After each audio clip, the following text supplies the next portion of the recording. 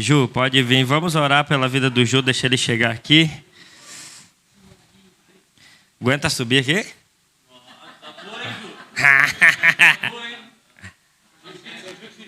O jiu-jitsu. Estende a mão para cá, vamos orar por ele. Pai, obrigado, Jesus. Obrigado por esse servo, irmão, que eu tenho, Pai, aqui nessa casa. Obrigado pelo pastoreio dele junto com a gente aqui, Pai. Nós te agradecemos e eu sei que aquilo que ele vai compartilhar nessa noite vem do Senhor. E que a tua presença, Cristo, seja revelado aqui, Pai, nessa noite. Em nome de Jesus. Amém. Boa noite. Espero que a paz e a graça de Cristo seja multiplicada hoje em todos vocês.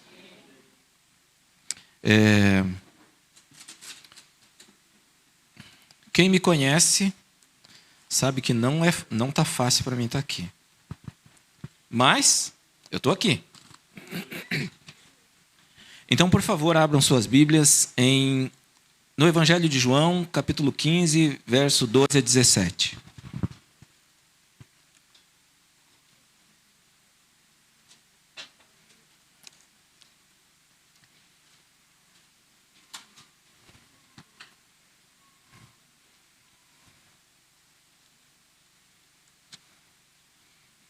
Vocês acharam? Tá. 12 a 17. Vocês vão ficar tristes comigo se eu descer? Não vão ficar aborrecidos? Agora eu estou mais à vontade. Vocês acharam? Sim ou não? Amém ou não amém? Então, fechem seus olhinhos, por favor. Querido Espírito Santo, obrigado por essa noite, obrigado pelo privilégio de viver a igreja, obrigado pelo privilégio da escolha do Senhor sobre nós, obrigado por hoje poder meditar junto, aprender junto, compartilhar com os meus irmãos o que vem do céu para a gente, o que vem do Senhor para a gente, o ensino que o Senhor deixou para nós, que nos faz rumar ao Senhor. Então eu te agradeço por isso. Eu peço que o Senhor capture hoje os nossos pensamentos, as nossas mentes, as nossas lembranças, nossa cognição, tudo aqui, para que nós possamos aproveitar o máximo possível do que o Senhor tem para a gente. Esse é o meu pedido. Junto com isso, eu clamo ao Senhor que toda distração que nós não podemos controlar, que é de ordem espiritual, seja quebrada agora em nome de Jesus Cristo de Nazaré. Amém. Amém.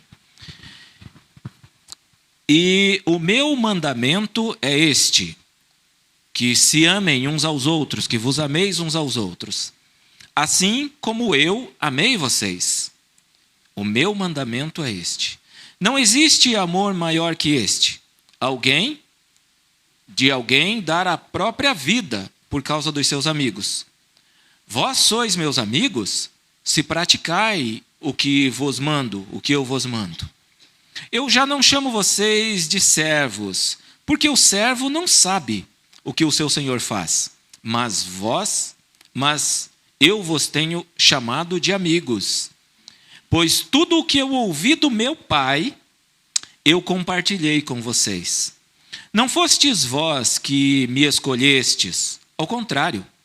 Eu escolhi vocês e vos designei para irdes e dardes fruto, e fruto que permaneça. Sendo assim, seja o que for que pedirdes ao meu Pai em meu nome, Ele concederá a vós. Repete, este é o meu mandamento, que vos ameis uns aos outros. Amém? Nós estamos numa sequência de mensagens, que a mensagem é a mesma, dita de forma diferente por pessoas diferentes, mas sendo a mesma mensagem. A igreja é fundamental na nossa vida, a igreja é indispensável. A igreja não é opcional, ela não é uma opção. A igreja é preciso ser vivida. E hoje sou eu que vou falar. Eu vou contar para vocês, agradecer e dizer que eu já estou meio amedrontado aqui, porque nós temos um teólogo com pós, e tudo mais, que está visitando a gente, o Rodrigo. Obrigado, Rodrigo, Deus abençoe você, mas a hora que você falou para mim que é formado com pós, eu já tremi, né? Então, se faltar teologia aqui, você me ajuda, intercede, tá bom?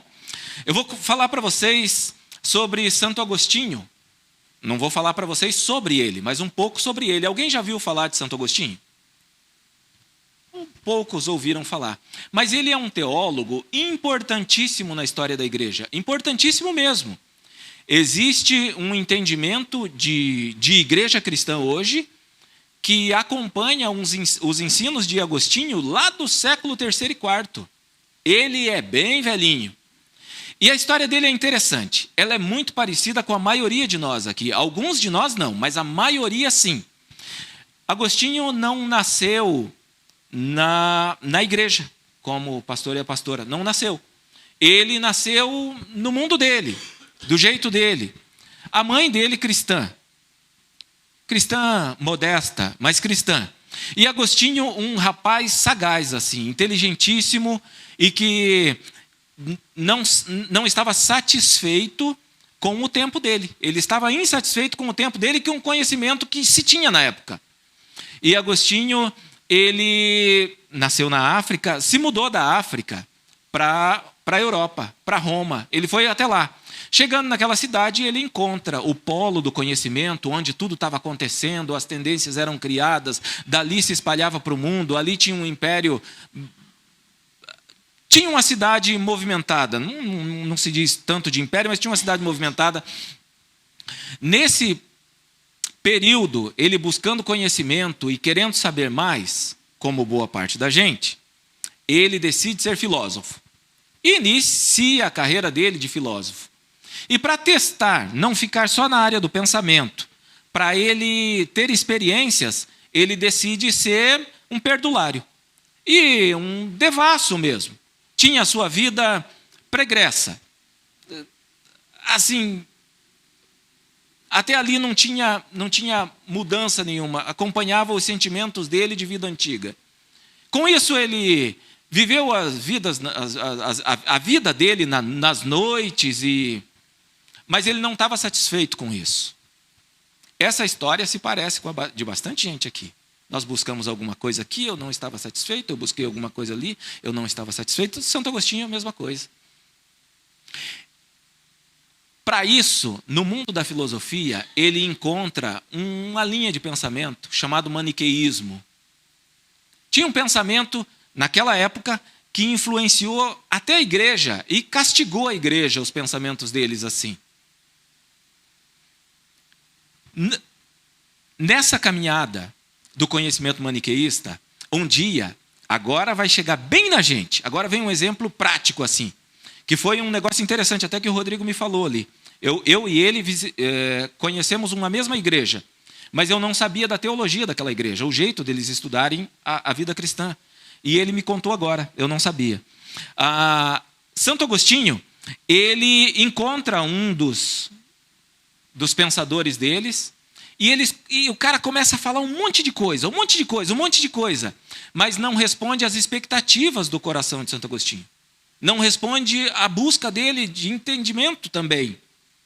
E ele começa a perceber, presta atenção agora, ele começa a perceber, e ele mesmo diz, que aquele discursor, ele só tinha retórica, como muita gente hoje. Só tem jeito de falar, só tem jeito de gritar, só tem jeito de dizer, mas não tem mensagem, não diz nada. Essa foi a crise que ele viveu. Com isso, ele tende para um outro lado, aí para o lado cristão. E ele começa a conversar com um dos religiosos que cercava ele naquele tempo, e ele conversa com outro, e ele conversa com outro, e ele vai sendo convencido de quem ele é, quem Cristo é, e o que a igreja significava naquela época.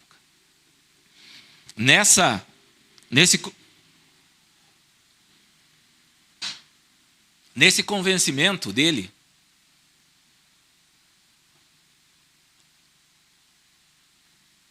ele faz uma oração bem interessante, que eu acho que nós não fizemos essa oração. Não falamos ela, mas nós pensamos ela muitas vezes. Quando ele está convencido, Cida, ele diz assim: Senhor, eu sei quem o Senhor é. Eu sei que eu preciso deixar essa minha vida devassa. Me ajuda a fazer isso, mas não agora, Senhor. Não agora. Eu sei quem o Senhor é, eu sei o que isso tudo significa, eu sei quem eu sou, mas a verdade é que eu não quero deixar a minha vida do jeito que eu governo ela. E ele vai caminhando, governando a vida dele do jeito dele, mas o coração dele já estava capturado.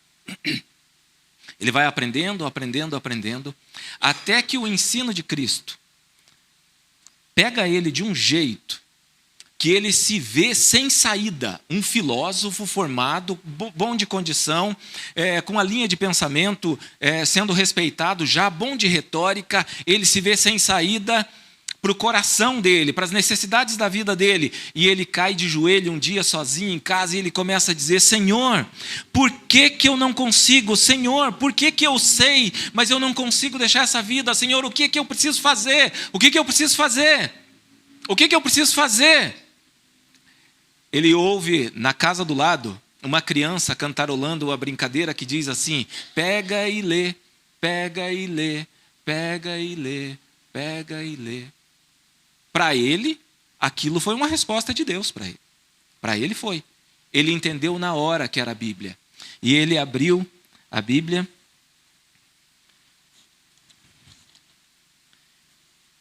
E ele não me parece assim, a história não conta isso, mas ele não é o tipo de que fizesse assim: abre a Bíblia e quero ver o que o Senhor tem para falar. Mas esse dia, foi a necessidade, o desespero dele, ele fez. E ele acha Romanos 13 e 14. Veja como Deus tem interesse na gente. Romanos 13 e 14.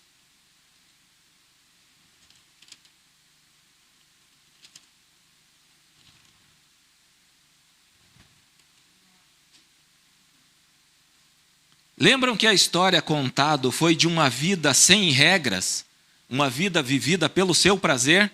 E o que machucou o coração dele no final de tudo isso foi: Senhor, como é que eu me vejo livre dessa situação?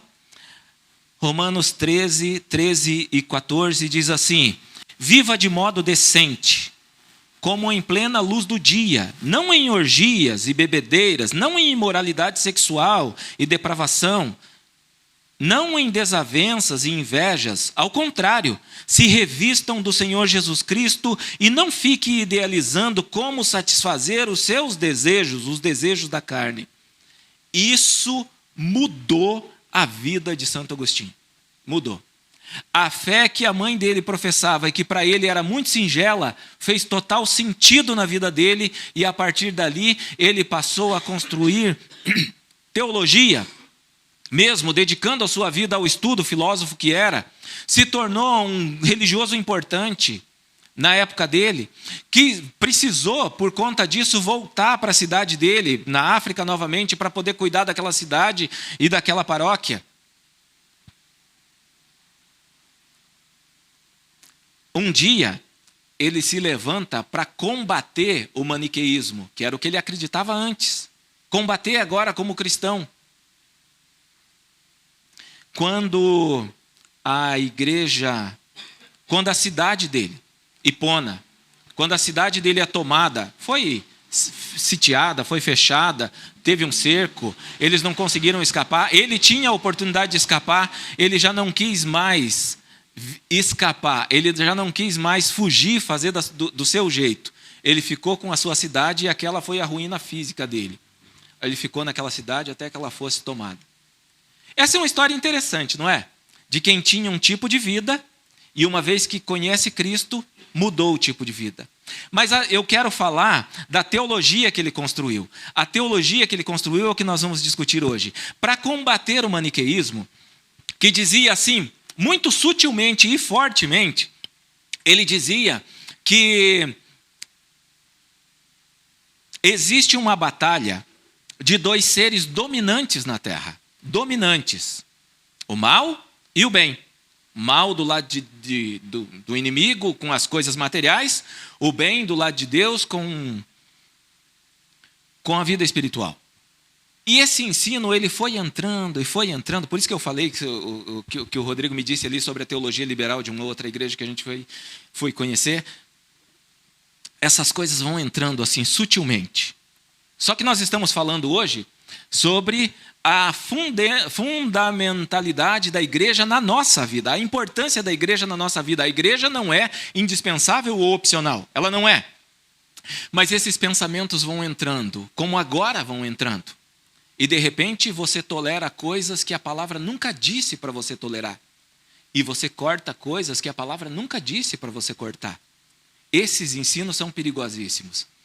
Ele constrói a vida dele baseada, presta atenção nisso, em Deus Pai, como o ser mais bonito que existe, o ser mais belo que há.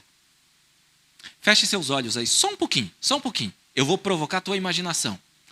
Imagina agora, tente lembrar, a coisa mais bonita, ou o período mais bonito, ou a pessoa mais bonita que você viveu na sua vida. O mais bonito de todos, que se você pudesse, você voltaria a viver isso todos os dias e você não se cansaria. Conseguiu imaginar, lembrar? Foi Deus que fez esse momento, essa pessoa, essa cor, esse ambiente. Foi Deus que fez. Baseado nisso, é o que Santo Agostinho diz: o ser mais belo que há é Deus. Imagina você, se você bota uma roupa bonita, se a confecção foi sua, de alguém, de um humano, foi Deus que ensinou. Se é natural, foi Deus quem produziu. Se está no fundo do mar onde você não alcança, homem nenhum poderia ter feito, foi Deus que fez. Se está acima onde a gente não alcança, onde não tem mais oxigênio, foi Deus que fez. Se passa disso tudo, entra para as áreas dos planetas, foi Deus que fez. Se você entra no centro da Terra, onde ninguém até agora entrou, foi Deus que fez, e em tudo isso existe uma beleza. Deus fez perfeito, sabe por quê? Porque nós estamos aqui perfeitamente. Mas agora, baseado no ser mais belo que há, que nunca fez nada de errado,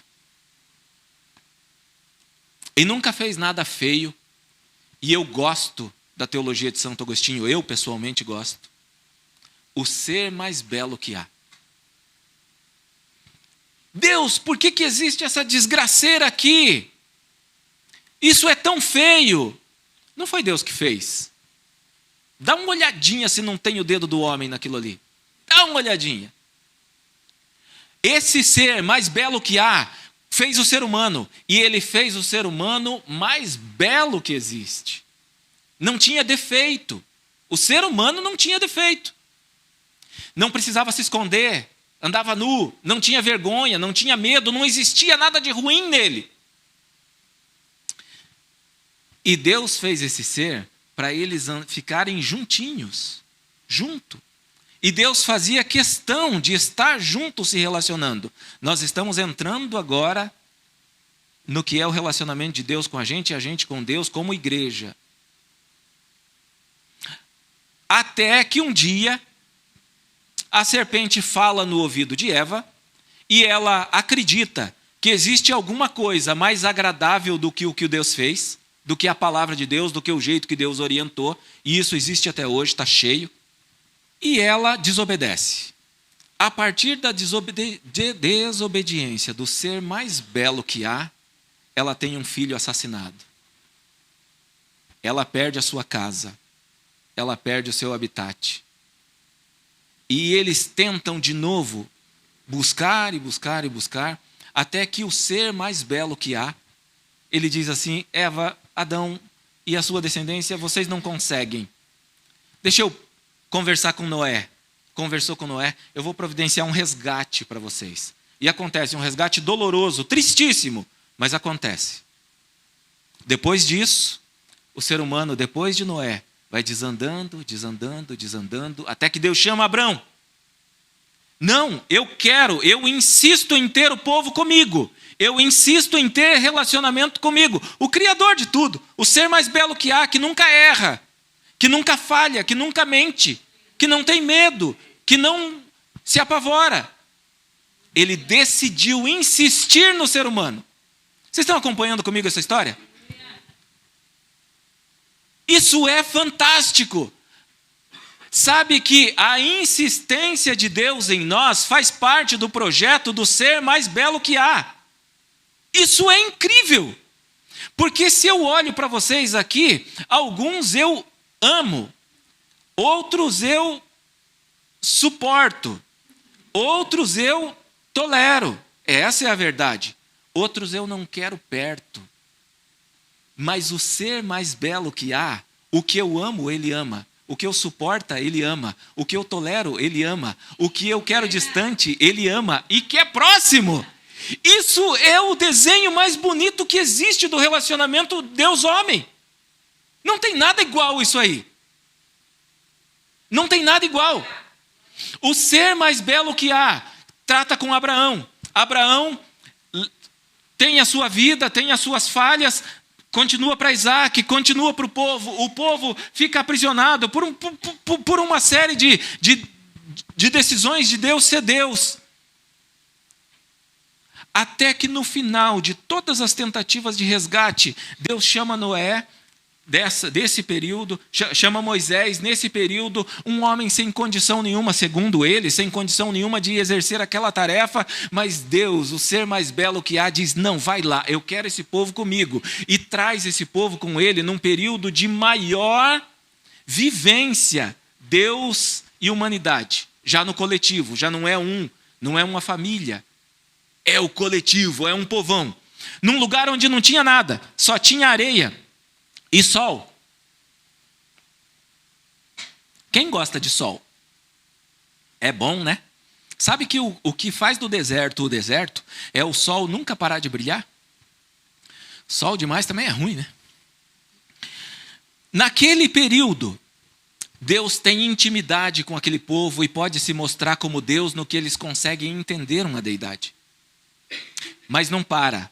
Eles conquistam uma terra, Deus promete uma terra e diz assim, não basta eu ter um povo, não basta eu ter uma família, não basta eu ter 70, não basta eu ter 12, eu quero uma nação. Não basta uma nação, eu quero ter um país, eles vão estar comigo num país. E dá para eles um território no meio daquilo que é Israel hoje. E o ser humano continua tendo as suas tentativas de afastamento. E com isso ele sofre, ele paga um preço, ele corre, ele volta e Deus abraça, e ele foge e Deus abraça, e ele corre e sofre, volta e Deus abraça, até que o ser mais belo que há, ele dá um ponto final nessa história. Eu vou acabar com o sofrimento de distanciamento, de relacionamento do povo comigo. Jesus, é hora de você ir. Vai! E lá vem Jesus, resgatando a humanidade. E Jesus vem. Nasce como criança, cresce sem pecado, inicia seu ministério, filho obediente, estudioso, respeitoso, amoroso. Ele começa a buscar um bando de gente incapaz para aquela missão. Incapaz. Mas ele escolhe esses incapazes para aquela missão. E ele pessoalmente vai sendo professor. Vai ensinando, vai doutrinando, vai corrigindo. Como um pai, puxa a orelha aqui, solta um pouquinho ali, toma um sorvete junto, corrige aqui, diz você está certo, você não está certo, está bom, não está bom. Até que Jesus cumpre a sua missão de Deus, que é morrer e pagar o preço do pecado da humanidade.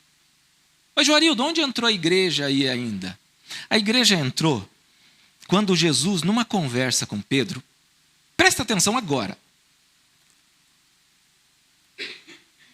O ser mais belo que há, que sabe tudo, conhece tudo, toda a ciência está na mão dele.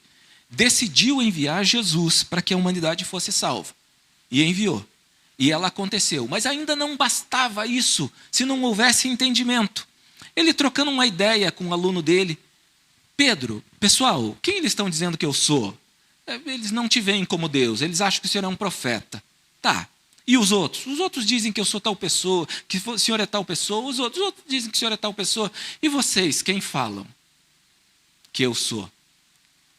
Esse momento agora é o momento de Santo Agostinho, quando quebra tudo da resistência da vida antiga.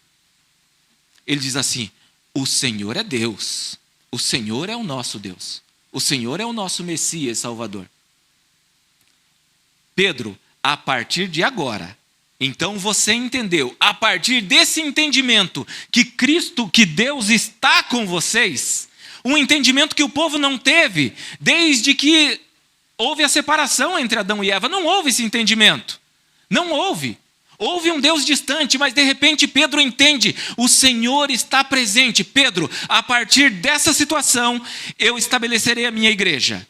E as portas do inferno nunca mais prevalecerão contra ela. O ser mais belo que existe estabeleceu ali, a partir desse entendimento de que Deus está presente, a igreja está estabelecida.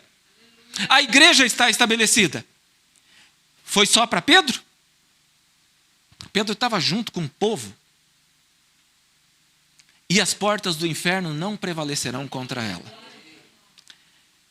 Quando isso aconteceu, pouco tempo depois, Jesus cumpre a sua missão e é assunto aos céus. Mas ele diz assim: espera um pouquinho, fique esperando. Senhor, o Senhor é o nosso Deus, o Senhor é Deus. Agora eu entendo que o Senhor não precisa mais falar com rodeios, o Senhor sabe tudo que a gente pensa, o Senhor sabe o que falar, o Senhor é Deus conosco. Como que o Senhor vai embora? Fica tranquilo, fica tranquilo. Fica orando, fica orando. Daqui a pouco vocês vão ver de novo Deus presente. Só que não mais assim, agora assim. E desce o Espírito Santo naquele evento de forma coletiva e a igreja começa a acontecer.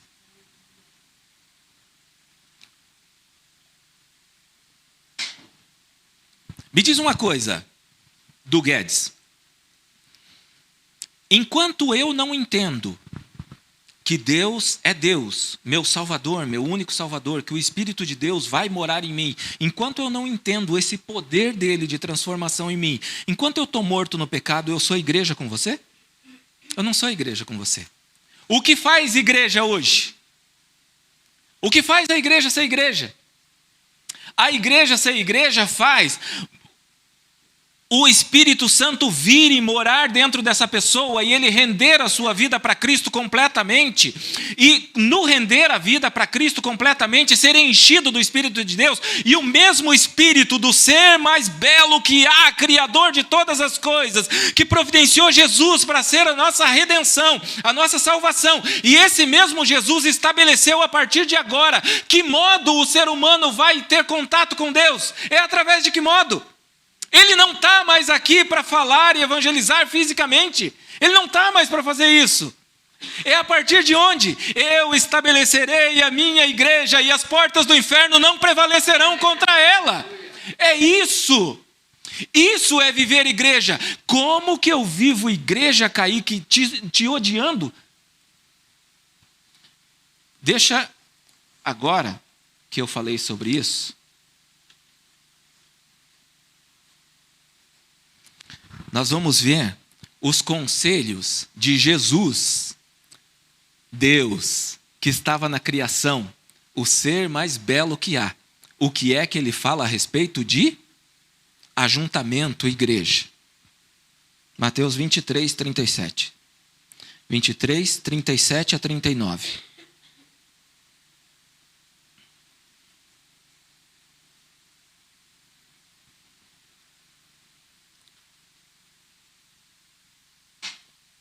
Olha o que o ser mais belo que há. Ele diz a respeito dos seus que ele ama. Ajuntamento de gente. 37 a 39. Ó Jerusalém, Jerusalém, que assassinas os profetas e apedrejas os que te são enviados.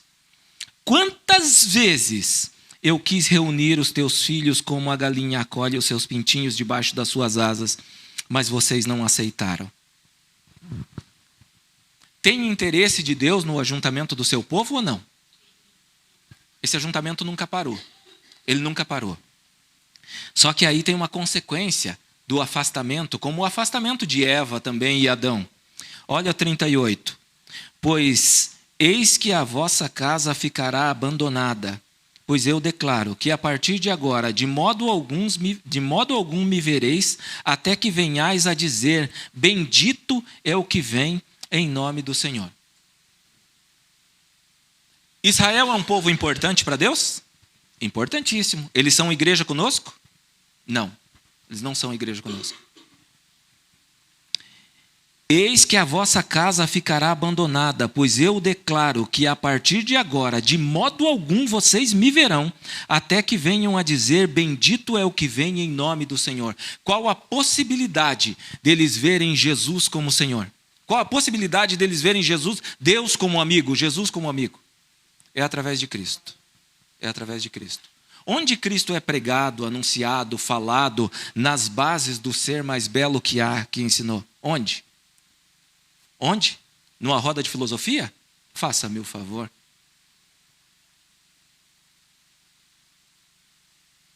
Presta atenção. A importância que a igreja tem na sua vida não é por minha opinião ou por sua opinião.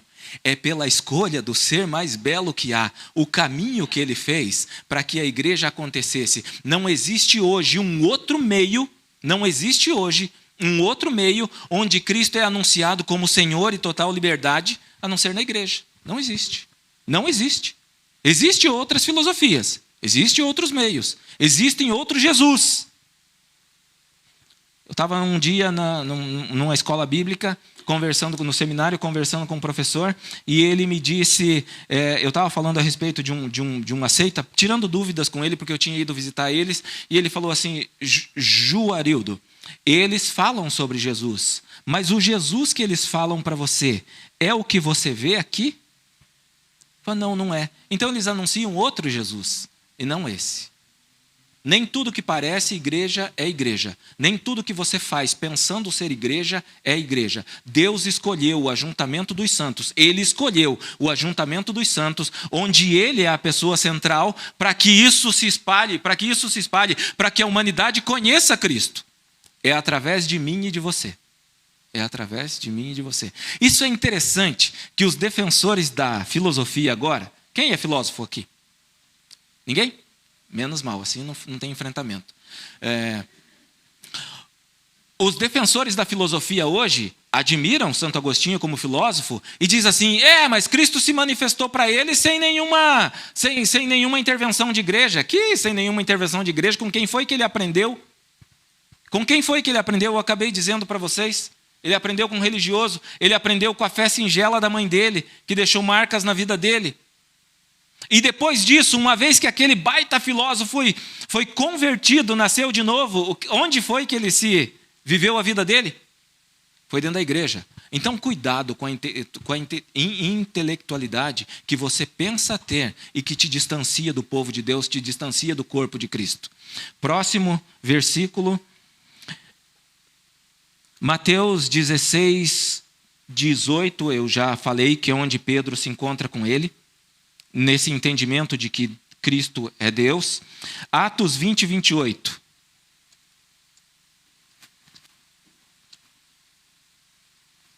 Eu gostaria que você aprendesse, gastasse o seu tempo agora para entender e aprender.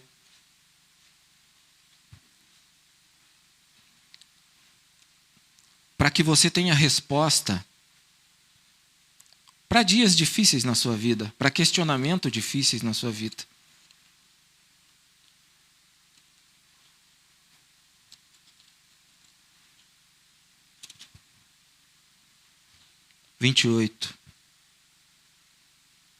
Acharam?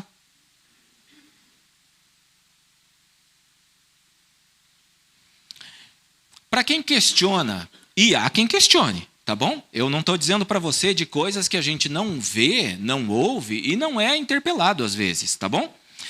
Eu sei que em nome de igreja, dizendo ser igreja, muitos de nós, como religiosos, nós fomos machucados. E alguns, não é o meu caso, não, mas alguns traz marca severa de machucadura, assim, traumas que você tem dificuldade de vencer até hoje. Estava falando com o Duan esses dias, e ele falou para mim assim, por conta das dores que eu vivi no passado, meu Deus, por conta das dores que eu vivi no passado, eu tive dificuldade, por bastante tempo, de acreditar na mensagem do Simeão. Interessante, né? Por conta das dores que eu vivi, gato escaldado tem medo de água fria, né? Eu tive resistência com a mensagem que ele pregou, até que eu fui conhecendo ele como igreja. E a partir do tempo que eu fui conhecendo ele como igreja, então eu vi que toda a mensagem servia na vida dele e ia servir para mim. Que coisa interessante, isso é interessante demais. No início a gente fica resistente. Por isso, muita gente resiste à ordem da igreja, como a igreja é colocada, como ela é posta hoje. Presta atenção aqui em Atos 20, 28. Concluindo, tende cuidados de vós mesmos e de todo o rebanho sobre qual o Espírito Santo, Quem acredita no Espírito Santo aqui? Mesmo? Ok. Então, para você, quem não acredita, não tem problema. Você está no outro lado. Mas para quem acredita, o Espírito Santo vos estabeleceu, episcopos, para pastorear a igreja de Deus, que ele comprou com o sangue do seu Filho unigênito. A igreja é de quem?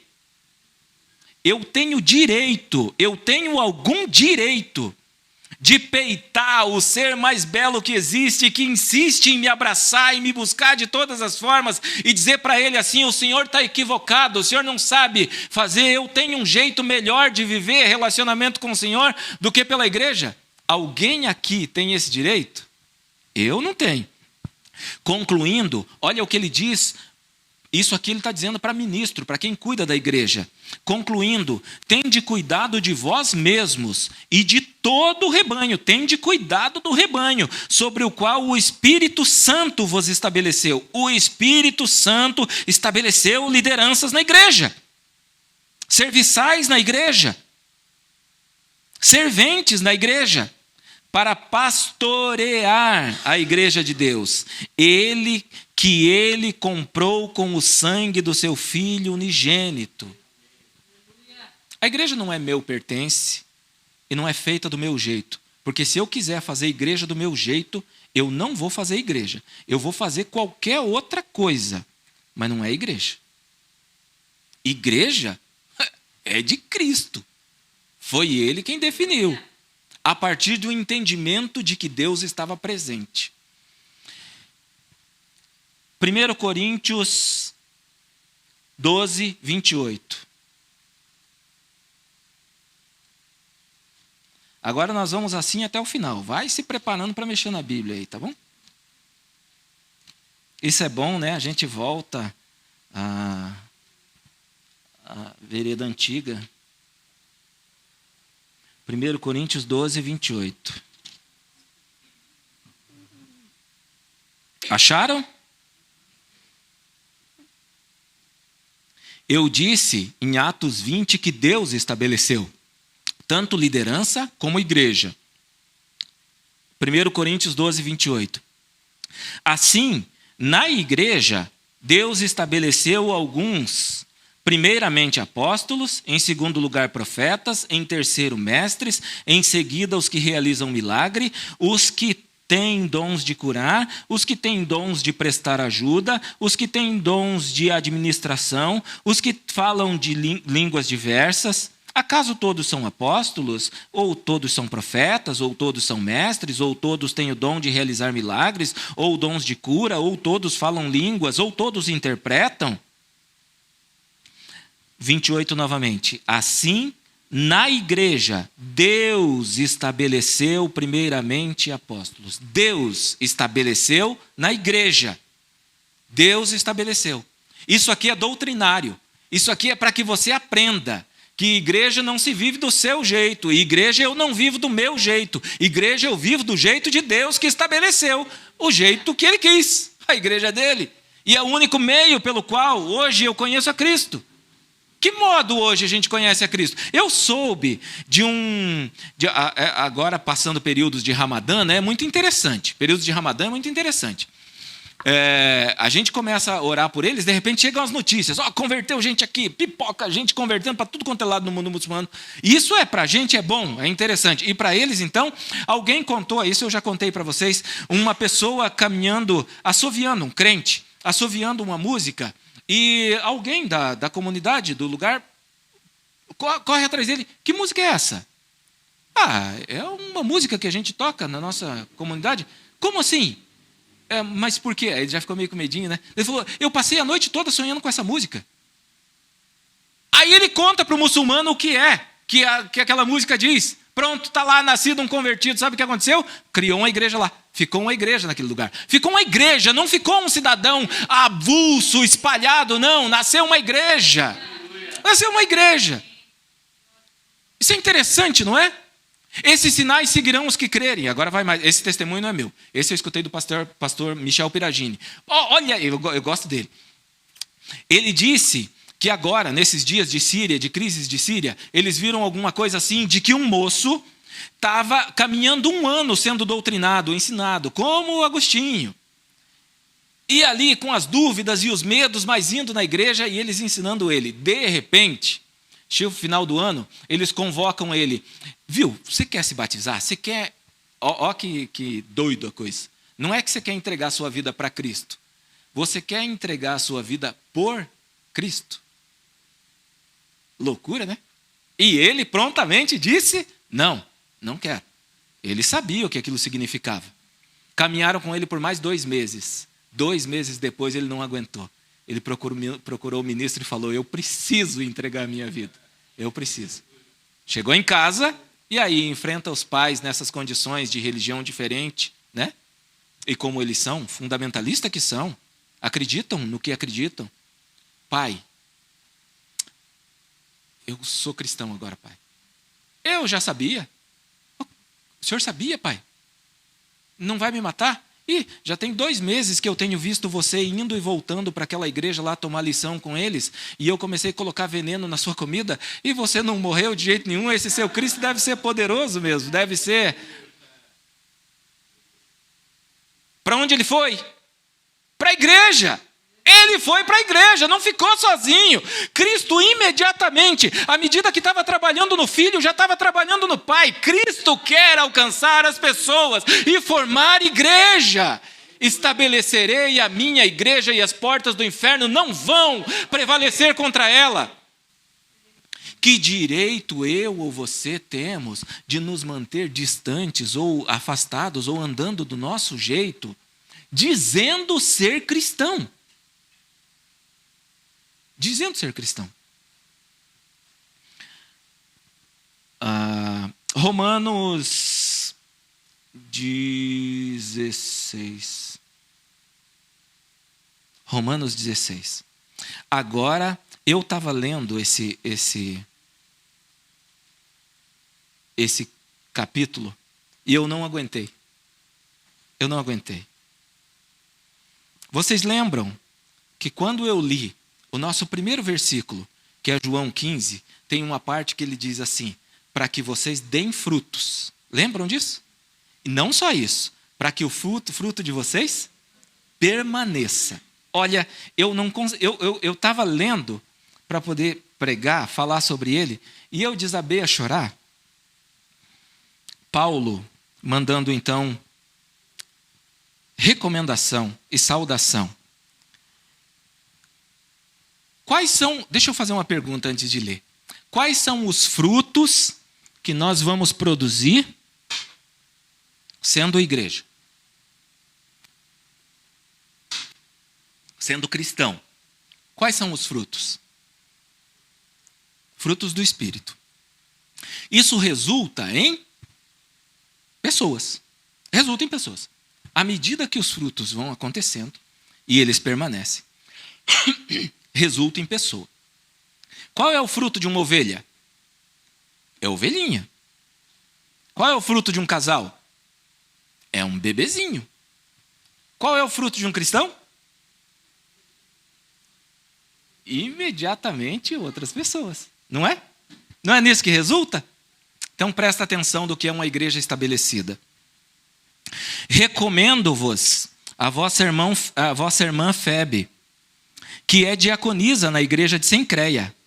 Veja bem, deixa eu achar alguém aqui. Ângela, pastor Dick, muda para os Estados Unidos. Plantou a igreja que você hoje ministra, que você cuida. Você faz parte. Em Cristo, ele te manda uma carta de lá. Ângela, estou mandando para você aqui a irmã Gil. Estou mandando ela para você. Você não conhece, nunca viu essa mulher.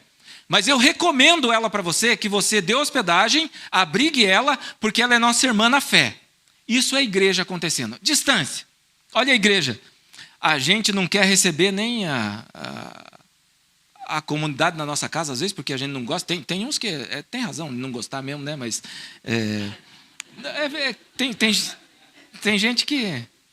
Mas, olha que interessante o que é uma igreja saudável, uma igreja no seu caminho de igreja acontecendo, tá bom? Recomendo-vos a nossa irmã Febe, que é diaconisa na igreja de Cencreia.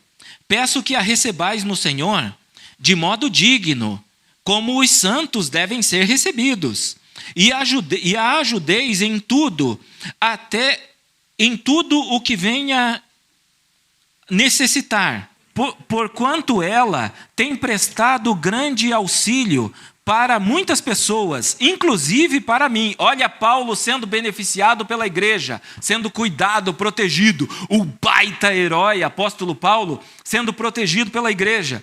Saudai a Príscila, segundo fruto. Primeira era a Febe. Saudem a Áquila, meu colaborador em Cristo Jesus. Arriscaram a sua vida por minha causa, e por isso eu lhes sou muito grato, não somente eu, mas todas as igrejas dos gentios. Ora, a igreja ligada, falando uma mesma língua, junto num povo, numa época que não tinha nem zap.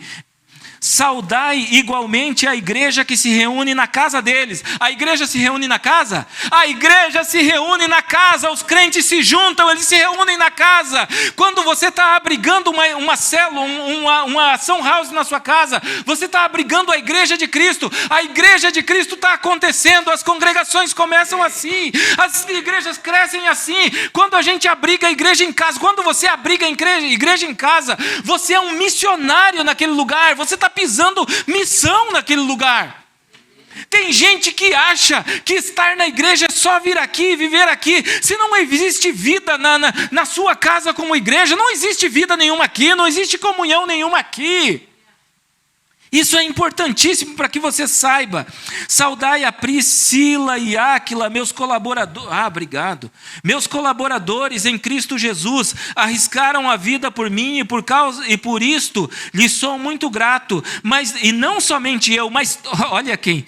Se Paulo é grato, quem foi beneficiado por Paulo? Mas todas as igrejas dos gentios. Saudai igualmente a igreja que se reúne na casa deles. Saudai ao meu amado irmão Epêneto. Epêneto? Que foi o primeiro convertido a Cristo na província da Ásia. Saudai Maria, que trabalhou com todo o empenho por vós. Saudai Andrônico e Júnias, meus parentes e companheiros de padecimento na prisão, os quais são dignos de louvor entre os apóstolos e estavam em Cristo antes de mim. Olha, tinha cristão aqui que Paulo, como apóstolo, respeitava porque eles estavam em Cristo antes dele.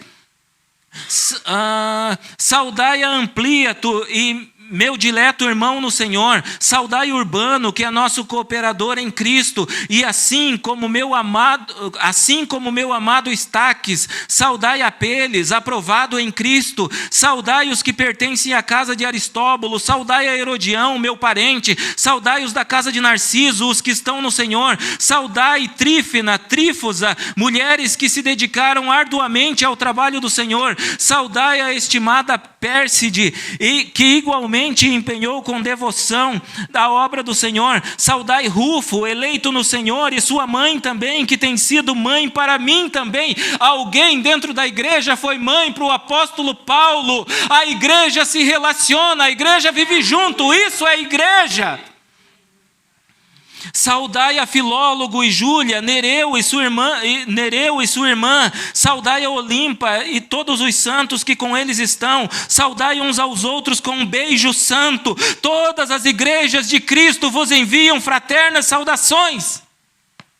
Todas as igrejas de Cristo vos enviam fraternas saudações. Você não é um ser isolado, a igreja não é opcional, é preciso viver a igreja, estar na igreja. É aí que alguém vê Cristo em você e você vê Cristo na outra pessoa. E assim a igreja vai como um rolo compressor que as portas do inferno não conseguem prevalecer. E essa não é uma determinação minha, não é uma determinação do apóstolo Paulo. Essa é uma determinação que veio do ser mais belo que existe, que um dia converteu um pervertido devasso e trouxe ele a entendimento do que era Cristo. Quando ele entendeu o que era Cristo, ele não só ficou na igreja, como ele avançou ensinando a igreja, abençoou a sua geração e os ensinos dele chegou até a gente hoje. Isso é igreja.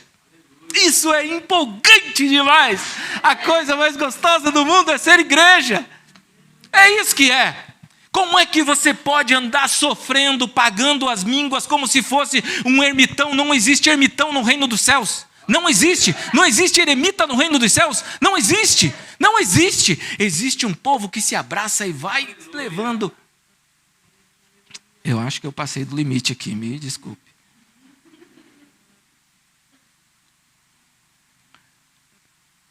Filemão, verso 2, né? Só tem um capítulo.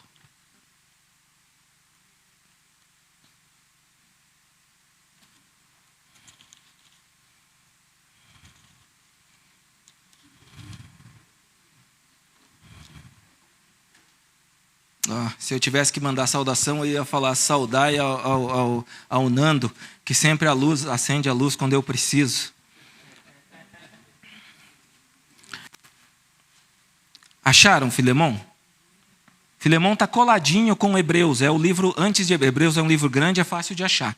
Está coladinho com ele.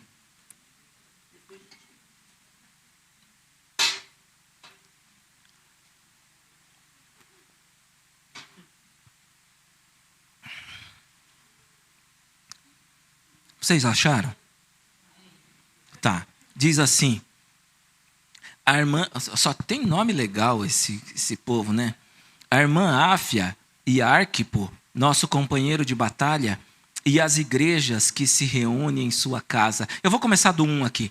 Paulo, prisioneiro de Cristo Jesus, e o irmão Timóteo. Aqui é Timóteo, tá bom? Não é Timóteo. Paulo, prisioneiro de Cristo Jesus, e o irmão Timóteo, a Filemão, nosso amado cooperador, a irmã Áfia e a Arquipo, nosso companheiro de batalhas, e a igreja que se reúne em sua casa. Quem abriga a igreja em casa é um companheiro de batalha do ministério que começou nesse lugar, que começou numa casa. É assim que... Você já pensou o privilégio que você tem de abrigar na sua casa, no seu condomínio, no seu bairro, na sua rua, uma igreja? Você tem ideia do que isso significa nas portas do inferno? É uma ruptura que você não consegue entender, gente. O privilégio de viver e receber a igreja.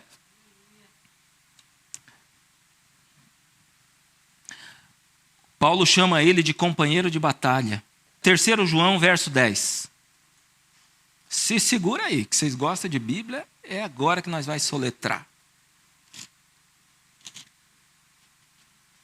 3 João, colado no final aqui da Bíblia. Versículo 10. Também só tem um capítulo esse.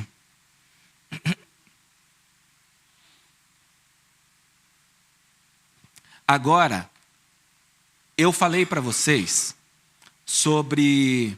Eu comecei a falar sobre Agostinho. Um baita de um filósofo. Chamei até o Lucas. Falei, Lucas, vai, eu que vou pregar o sermão hoje, vai na igreja agora para você ver que eu vou falar sobre um cara interessante. É interessante, não é, Lucas? Esse cara é interessante. E ele tem uma história fantástica. É muito legal de ver. Assim, no campo da filosofia, esse cara fez diferença. Para crente, né? Acharam?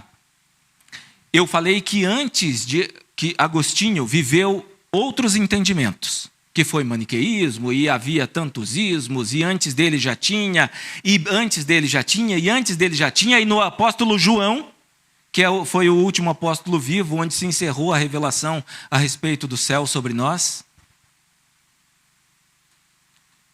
ele diz assim: por esse motivo, olha isso, o apóstolo do amor pegando o cajado. Presta atenção. A gente não conhece muito bem esse lado dele não, né? Quer dizer, conhece quando ele era jovem, que queria botar fogo na cidade. Mas depois ele conhece Cristo e se torna diferente. Por esse motivo, se eu vos for visitar, chamarei a atenção dele para o mal que ele está fazendo, ao proferir palavras insensatas contra nós. Não satisfeito com esse desplante, ele se recusa a receber os irmãos e impede impede os que desejam recebê-los e os expulsa da igreja. O apóstolo estava vivo e essa desgraça já estava presente. Conhecimentos diferentes, entendimentos diferentes, achando que é dono da igreja, achando que é isso, achando que é aquilo, achando que dirige do seu jeito, achando que dirige melhor que Cristo, o Criador da igreja. Cuidado com o que tentam plantar na sua cabeça. Cuidado, todos vocês. Corre para a Bíblia. Você nunca vai errar, porque quem escreveu isso aqui nunca errou. Tá bom? Quem inspirou isso aqui nunca errou. Aliás, dizer que quem escreveu isso aqui nunca errou, foi uma falha minha aí, me perdoe, Rodrigo. Assim, a Bíblia, ela não endossa tudo que está escrito aqui. E ela não endossa todas as pessoas que estão aqui. Não. A inspiração de Deus é a inspiração de Deus. O humano continua sendo humano. Um grande estudioso como Paulo escreveu a Bíblia, um fazendeiro como Amós escreveu a Bíblia. Os dois, um pescador escreveu a Bíblia. Um religioso escreveu a Bíblia. Então, pessoas de formação diferente, de tempos diferentes, escreveram a Bíblia. Mas Deus não errou no conselho que Ele deixou para a gente a respeito da Bíblia e da igreja. Por este motivo, se eu vos for visitar, eu chamarei a atenção dele para o mal que está fazendo, ao proferir palavras insensatas contra nós. Não satisfeito com esse desplante, ele se recusa a receber os irmãos e impede os que desejam recebê-los e os expulsa da igreja. Isso sempre existiu. 1 Timóteo 3,5.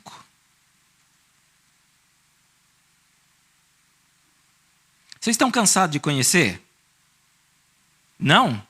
Porque se tiverem, vocês vão comigo até o final, que eu preparei esse sermão aqui, tá bom? Então, se tiverem, descansa aí e se agarra que nós vamos avançar. Parece escola bíblica, né? Acharam 1 Timóteo 3, verso 5? Diz assim: portanto, se alguém não sabe governar a sua própria família, como poderá cuidar da igreja de Deus?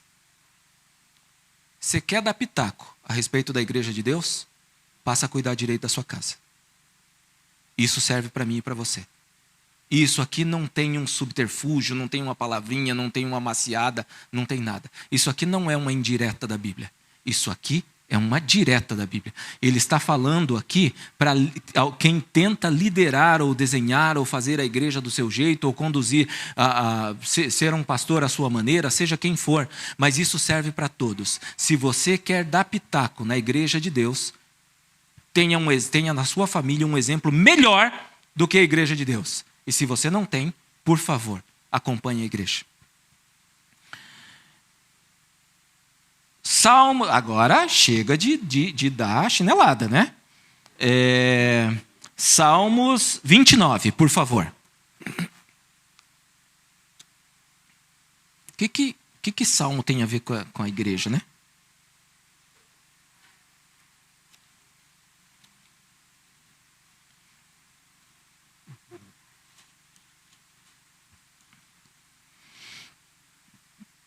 Isso aqui, agora eu encerrei a fala sobre igreja. Eu só vou terminar agora com a oração sacerdotal de Jesus, só.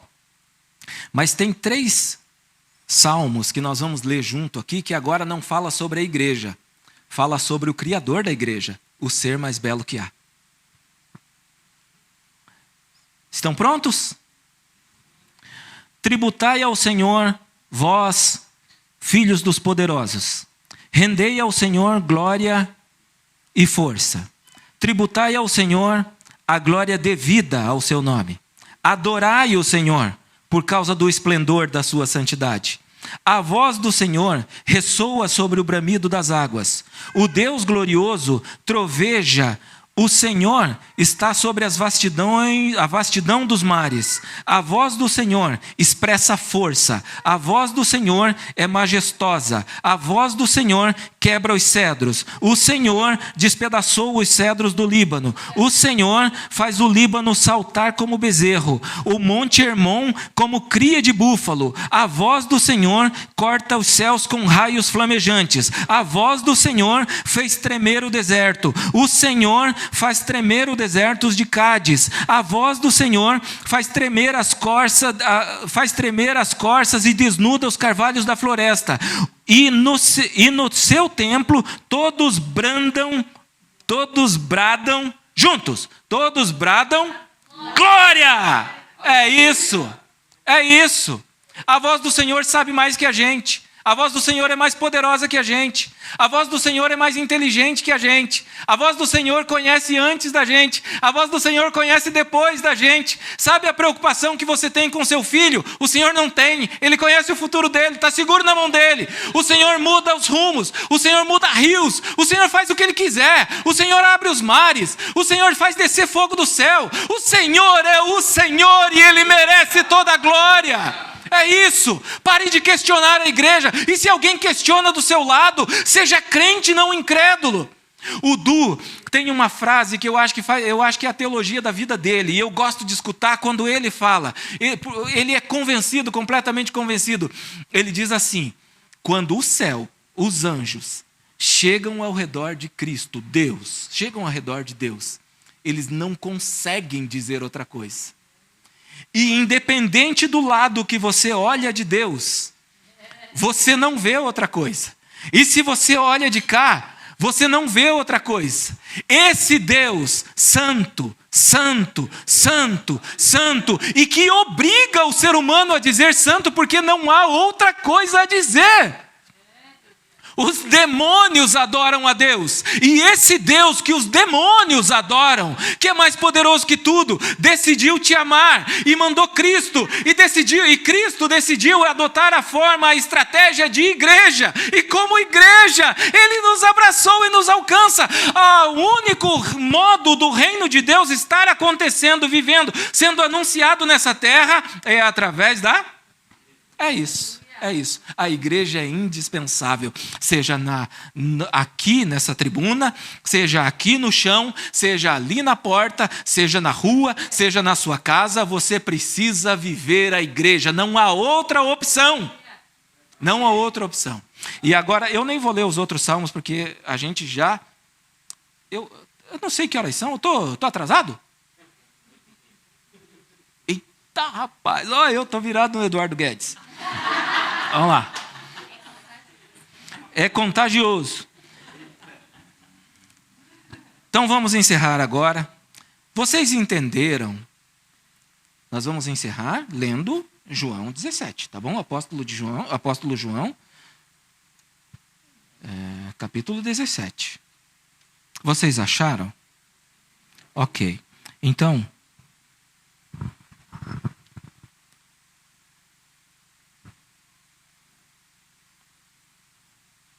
olha que coisa fantástica isso aqui. Vamos ler o 17. Tendo dito essas palavras aos discípulos, Jesus levantou os olhos para o céu e orou: Pai, é chegada a hora. Glorifica o teu filho, para que o teu filho te glorifique. Assim como lhe outorgaste autoridade sobre toda a carne, para que conceda a vida eterna a todos os que lhe deste. E a vida eterna é esta, que te conheçam a ti, o único Deus verdadeiro, e a Jesus Cristo, a quem enviaste. Eu te glorifiquei na terra, finalizando a obra que me entregaste para realizar. E agora, Pai, glorifica-me junto a ti, com a glória que eu tinha contigo antes que o mundo existisse. O ser mais belo que há. Eu revelei o teu nome àqueles que do mundo me deste. Eles eram teus. Tu os confiaste a mim, e eles têm obedecido a tua palavra. Agora eles entendem que tudo o que me deste vem de ti. Pois eu compartilhei com eles as palavras que me deste, e eles a aceitaram. Eles reconheceram de fato que vim de ti e creram que me enviaste. Eu rogo por eles. Eu não estou orando pelo mundo, mas por aqueles que me deste, pois são teus. Tudo o que eu tenho é teu, e tudo o que tens é meu. E neles, não é nele, neles eu sou glorificado. Agora não ficarei muito mais nesse mundo, mas estes ainda estão no mundo. Eu vou para ti, Pai Santo, protege-os em teu nome, o nome que me deste, para que sejam... Presta atenção agora. Ele disse: eu serei glorificado neles. E agora ele diz: o nome que me deste, para que sejam um, assim como somos um. Enquanto eu estava com eles, protegi-os e os defendi em teu nome, e nenhum deles se perdeu, exceto o filho da perdição, para que se cumprisse a escritura. Mas agora eu vou para ti. Digo dessa forma, enquanto ainda estou no mundo, para que eles recebam a minha plena felicidade em seus corações. E eu lhes tenho transmitido a tua palavra. O mundo nos odiou, porque eles não pertencem ao mundo, como eu não sou do mundo. Eu não oro para que os tire do mundo, mas sim para que os proteja do príncipe deste mundo. Eles não são do mundo, como eu também não sou. Santifica-os pela tua verdade. A tua palavra é a verdade. Da mesma maneira como me enviaste ao mundo, eu os enviei ao mundo. Em benefício deles, eu me consagro, para que igualmente eles sejam consagrados pela verdade. E eu não oro somente por esses discípulos, mas igualmente por aqueles que vierem a crer em mim. Eu não oro somente por esses discípulos, mas igualmente por aqueles que vierem a crer em mim, por intermédio da mensagem deles, para que todos sejam um. Pai, como tu está em mim e eu estou em ti, que eles estejam em nós, para que o mundo creia que tu me enviaste. Você quer viver sozinho uma vida cristã? Se vira com isso agora. Feche seus olhos. Obrigado. Muito obrigado. Muito obrigado mesmo, pelo privilégio de ser igreja. Eu não teria condição nenhuma, digo da minha experiência pessoal, meu pai querido, eu não teria condição nenhuma de me defender sozinho. E o Senhor juntou aquele casal de crentes que me ajudou, que me resgatou, que me adotou e que me apresentou o Senhor. E de lá para cá eu não consigo me defender da tua maravilhosa igreja. Obrigado! Obrigado! Obrigado! Obrigado. Que nasçam crentes aqui que adotem pessoas. Eu clamo ao Senhor Espírito Santo. Que nasçam crentes aqui que sustentem pessoas que não estão conseguindo. Que nasçam crentes aqui que deem emprego para as pessoas, como o Nando tanto tem feito.